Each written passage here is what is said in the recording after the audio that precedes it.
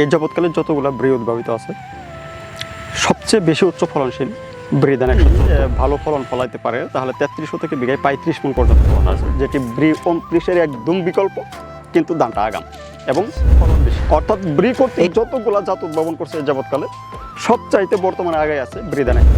আপনি 1 কেজি বীজ কেন 700, 800, 1000, 1200 টাকাতে কেন কিনবেন না?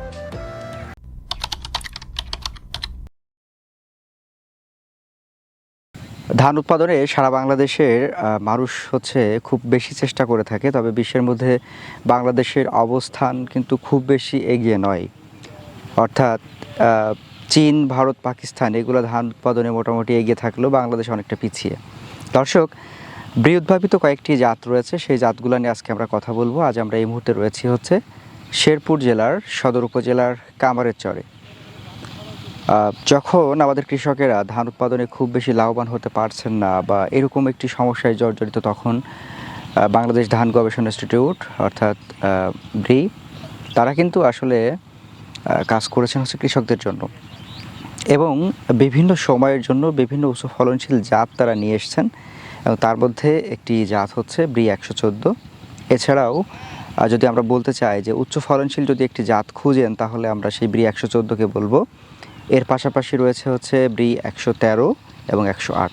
দর্শক, আজকে আমরা এই তিনটা জাত নিয়ে কথা বলবো এবং আমরা এই মুহূর্তে দাঁড়িয়ে কথা বলছি সেই তিনটা ক্ষেতের পাশ থেকে, অর্থাৎ আমরা সরজমিনে দেখার চেষ্টা করবো এগুলোর ফলন কেমন। আশা করছি পুরো জুড়ে সঙ্গে থাকবেন এবং উপভোগ করবেন ধান চাষাবাদের উপরে আজকের দারুণ একটি তথ্যচিত্র। চলুন শুরু করা যাক। আসসালামু আলাইকুম। ওয়ালাইকুম সালাম। আলহাজ আসমর মন্ডল ভাই, জি, কেমন আছেন আপনি? আল্লাহ রাখছে, ভালো আছেন? আলহামদুলিল্লাহ ভালো রয়েছি। আমরা আপনার লোকাল কিছু জাত দেখে দেখে বেশ অভ্যস্ত। জি, আপনি বিভিন্নভাবে বিভিন্ন জায়গা থেকে ধান বীজ সংগ্রহ করেন, সেই ধান বীজগুলা দর্শক পর্যায়ে, কৃষক পর্যায়ে পৌঁছে দেন। জি, আপনাকে অশেষ ধন্যবাদ এই কারণে যে আপনি কৃষকদের জন্য কাজ করছেন। তবে আজকে বোধহয় আমরা ব্রি উদ্ভাবিত কয়েকটা ধান নিয়ে কথা বলবো। জি, কি ধান নিয়ে কথা বলবো? আজকে কথা বলবো আপনার ব্রি উদ্ভাবিত এই যাবৎকালে যতগুলো ব্রি উদ্ভাবিত আছে সবচেয়ে বেশি উচ্চ ফলনশীল ব্রি ধান 114, ব্রি ধান 113 এবং ব্রি ধান 108। আপনার কাছে কোনটা সবচেয়ে ভালো মনে হলো?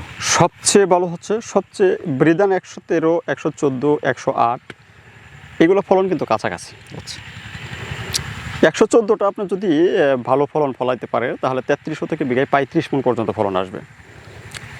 আর ব্রি 108 এবং 13 এটা যদি 3300 থেকে বিঘায় ভালো ফলন ফলাইতে পারে তাহলে 34 মণ পর্যন্ত ফলন আসতে পারে। আচ্ছা, তার মানে মোটামুটি কেউ কারোর থেকে কম না। না, আচ্ছা, এখানে জার্সি বৈশিষ্ট্য দিক থেকে সবাই জার্সি মনে আগায় আছে এখানে। আচ্ছা, আমরা এখন কোন ক্ষেতে দাঁড়িয়ে আছি? এখন যেটা আছে এটা হচ্ছে ব্রি ধান 108। ব্রি ধান 108। জি, ধানটা বোধহয় একটা স্ট্যান্ডার্ড সাইজের নাকি? হ্যাঁ, এটা স্ট্যান্ডার্ড সাইজের এবং এই ব্রি ধান 108 কিন্তু আপনার কাটারির বিকল্প। আচ্ছা, কাটারি বুক যে ধানটা আছে বা চাউলটা আমরা পাই একেবারে কাটারির বিকল্প এটা 108। 108। আচ্ছা, কিন্তু এইখানে প্লাস পয়েন্ট হচ্ছে আপনি এই 108 কিন্তু ফলন পাচ্ছেন 3300 থেকে যদি ভালো করতে পারেন তাহলে কিন্তু প্রায় 34 মণ পর্যন্ত পাওয়া যাবেন। আর সচরাচর হলেও 24-25 মণ এটা বিঘাতে আসতেছে 3300 থেকে বিঘায়। ভালো করতে পারলে শতাংশে 1 মণ পর্যন্তই বেশি আসে। কিন্তু এই ধানটা আপনি যদি শতাংশে 1 মণও পান বিক্রি করতে পারতেছেন আপনার কাটারি দামে। আচ্ছা, তার মানে আপনি ফলনের দিক থেকে এগিয়ে আসেনি, আবার দামের দিক দিয়ে এগিয়ে থাকতেছেন। 108। আচ্ছা, 108-এর ধানের কোয়ালিটি সম্পর্কে আমরা জানলাম, এটার একটু চাষাবাদ জানবো। 108টা চাষাবাদ করতে হবে। এই ধানটা আপনার এই সারি থেকে সারি দূরত্ব 8 ইঞ্চি দিতে হবে, সারির ভিতরে 6 ইঞ্চি, প্রত্যেক গোছে 2-3টা করে চারা দিয়ে রোপণ করতে হবে। আর এটা সার ব্যবস্থাপনাটা করতে হবে, সারটা একটু তুলনামূলকভাবে বেশি দিতে হবে। সেটা হলো 28-29-29-এর মতো করে সার খাবে বা হাইব্রিড ধানের মতো করে সার খাবে। তবে এই সারটা রোপণের 30 দিনের ভিতরে দিয়ে শেষ করে দিতে হবে। তারপরে আর কোনো সার? 30 দিনের পরে আর কোনো সার দেওয়া যাবে না, বিশেষ এই 108-এ। জি, এবার যদি আমরা 113 সম্পর্কে একটু জানতে চাই। আর 113 এটা হচ্ছে ব্রি ধান 29-এর বিকল্প। অর্থাৎ 29 যে কোয়ালিটি একই সেম ক্যাটাগরির ধান হচ্ছে ব্রি ধান 113। তবে এখানে 129-এর জীবনকাল হচ্ছে 160 দিন, কিন্তু 113 জীবনকাল হচ্ছে 143 দিন। আচ্ছা, 29-এর চেয়ে আপনি 15 দিন আগে কাটতে পারতেছেন, আর 29-এর ফলন কম, আপনি 113 ফলন পাচ্ছেন বেশি।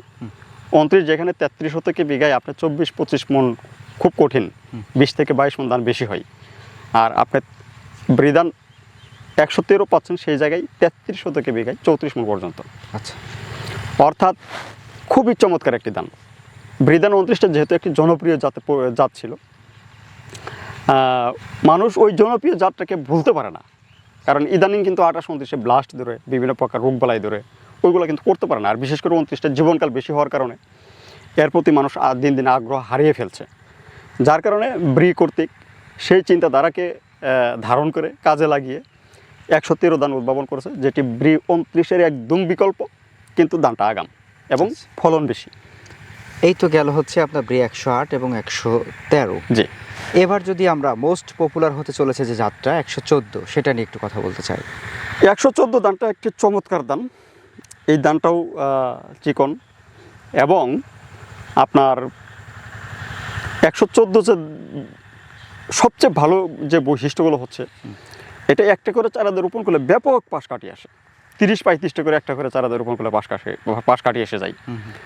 এবং তবে 114 জীবনকাল একটু বেশি, তবে 29-এর চেয়ে 1 সপ্তাহ কম। ধানের কোয়ালিটি চিকন, গোল চিকন, এবং আপনার এই 114-র ভিতরে কোনো প্রকার চিটে হয় না। তাই নাকি? একেবারে গোড়া থেকে আগা অব্দি পর্যন্ত পুষ্ট দানা হয়। 113-14-র ভিতরে কোনো প্রকার চিটে খুঁজে পাবেন আপনি। আচ্ছা, দারুণ একটা ব্যাপার। দারুণ একটা ব্যাপার। এবং যদি ভালো ফলন করতে পারেন তাহলে 35 মণ পর্যন্ত 33 থেকে ফলন এসে যাবে। অর্থাৎ ব্রি কর্তৃক যতগুলা জাত উদ্ভাবন করছে এই যাবৎকালে, সবচাইতে বর্তমানে আগে আছে বৃদান 114। আপনি কি 29-এর চেয়ে 14-কে এগিয়ে রাখছেন?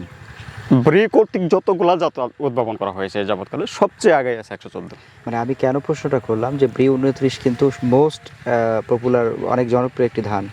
মানুষ ব্রি 29টাকে, 29 ধানটাকে, তো সেটার চেয়েও 114 আগে আছে, অনেক আগে আছে, শুধু আগে আছে না।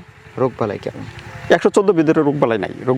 ও আরও সবচেয়ে মজার একটা বিষয় হলো আপনার 113-14 কিন্তু ব্লাস্ট প্রতিরোধী। যাত্রারে উদ্ভাবনই করছে ব্লাস্ট প্রতিরোধী হিসাবে। এই 14 ধান যদি কেউ মনে করেন চাষাবাদ করে, নাকে তেল দিয়ে ঘুম আসবে, ব্লাস্টের জন্য কোনো চিন্তা করতে হবে না। আচ্ছা, দারুণ ব্যাপার। আচ্ছা, মূলত কোন সিজনে চাষ করতে হবে? এইটা 113, 14, 108 এগুলো সবগুলাই বুড়ো মৌসুমে ধান। বুড়ো মৌসুমে চাষাবাদ করতে হবে। তার মানে আমরা এখন যেটা দেখছি, আমরা চাষ করব আবার আগামী বোরোতে। আচ্ছা, তবে এখানে কারোর চেয়ে কাউকে পিছিয়ে রাখতে পারবেন না আপনি। এখানে 114-র দিকে যদি আপনি চিন্তা করেন, এটা ব্লাস্ট প্রতিরোধী, রোগবালাই একেবারেই কম, এবং চিটে হবে না, চিটের পরিমাণ খুবই কম। 114 ভিতরে চিটা নাই, এক কথায় শেষ, চিটাবিহীন ধান, সহজ কথা। আর 113 যেহেতু 29-এর বিকল্প, আমরা ফলন পাচ্ছি 29-এর চেয়ে অনেক বেশি, এবং 29-এর চেয়ে 15 দিন আগে কাটতে পারতেছি, ওইটা কেউ পিছিয়ে রাখার সুযোগ নাই। ওইটাও আপনি আগে রাখতে পারবেন। বিশেষ করে হাওড় এলাকার জন্য 113 খুবই একটা জনপ্রিয় জাতে পরিণত হতে যাবে, এবং 108-কেও আপনি পিছিয়ে রাখতে পারবেন না।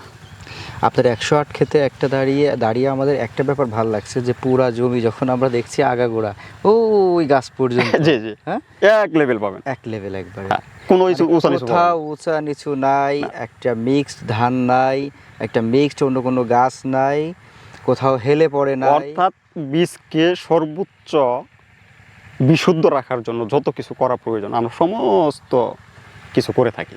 আচ্ছা, সমস্ত কিছু মেনটেন করে থাকি আমরা। আচ্ছা, তাহলে আপনার এই 3টা ধান নিয়ে আমাদের হচ্ছে সারাংশে আমরা কি বলতে পারি? এখানে আমি যদি কোনো কৃষক চিন্তা করেন যে ধানে তো ব্লাস্ট ধরে নষ্ট হয়ে যায়, ব্লাস্টের চিন্তা করতে পারবো না, এত ফসল করে চিন্তা করতে পারবো না, চিন্তাবিহীন থাকতে চাই, তাহলে তাকে বলবো যে আপনি 114 ধান চাষাবাদ করেন। আচ্ছা, আর কেউ যদি মনে করেন যে না, আমি একটু ধানের দাম বেশি পেতে চাই এবং ফলনটাও বেশি পেতে চাই, তাহলে ওই সকল কৃষককে বলবো যে আপনি বৃদান 108 চাষাবাদ করেন। আর যারা মনে করেন যে আমি 29-এর মহব্বত ছাড়াইতে পারি না, এর ভালোবাসাটা আমি ধরে রাখতে চাই, তাকে বলবো যে 29-এর বিকল্প হিসেবে আপনি 113 চাষ করেন। আচ্ছা, দারুণ একটা কথা বললেন। মানে এক একটার এক এক কোয়ালিটি, এক একটার এক এক ধরন। জি, এখানে কিন্তু আমাদের দেশে কিন্তু এই হাইব্রিড ধানটা বেশি চাষাবাদ করে। আমি আমার ব্যক্তিগত মতামত থেকে আমি বলতে পারি, আমাদের দেশে বিশেষ করে বাংলাদেশের মাটিতে হাইব্রিড ধান চাষাবাদ করার কোনো প্রয়োজন নাই। মানে ফলনের জন্য তো আমরা হাইব্রিড চাষ করি, হ্যাঁ, ফলনের জন্য যাতে আমরা একটু হাইব্রিড ফলন চাষ করি, বেশি। কিন্তু কিন্তু হাইব্রিডের চেয়েও আমরা ব্রি কর্তৃক ইন্ডিয়ান কিছু জাত এবং এই ফিলিপাইন সুগন্ধি বলছিলাম, এইগুলা কিছু জাত, এইগুলা কিন্তু আপনার হাইব্রিডের চেয়েও ফলন বেশি। তাহলে তো আমাদের হাইব্রিড চাষ করার কোনো প্রয়োজন আছে বলে আমি মনে করি না। সেটাই, আপনি 1 কেজি বীজ কেন 700, 800, 1000, 1200 টাকাতে কেন কিনবেন আপনি? আমাদের ব্রি কর্তৃক উদ্ভাবিত ধানের ফলন যদি হাইব্রিডের সমান হয়, তাহলে তো 1 কেজি দান আপনার 1200 টাকাতে কিনা কোনো প্রয়োজন আছে বলে আমি মনে করি না। তখন ওই যে আপনার 100, 150, 200 বা 50, 60 টাকার বীজ দিয়েও আপনি ভালো ফলাইতে পারতেছি। তো এটা হচ্ছে মধ্য কথা। যারা ধান চাষ করতে চান, স্ক্রিনে ওনার নাম্বার দেওয়া থাকবে পরামর্শের জন্য, এবং এই ধানের চাষাবাদের কোনটার কোন সময় করলে ভালো হয় এসব বিষয়ে কথা বলার জন্য আপনারা তার সাথে সবসময় কথা বলতে পারবেন। এবং তার ঠিকানা হচ্ছে শেরপুর সদরের কামারচর। আলহাজ আজমল মডেল সাহেব বেশ সুনাম অর্জন করেছেন ধানে। আশা করছি তার সুনামটা তিনি অক্ষুণ্ণ রাখবেন এবং ভবিষ্যতে আরও নতুন কিছু ধান আমরা তার মাধ্যমে দেখতে পারবো।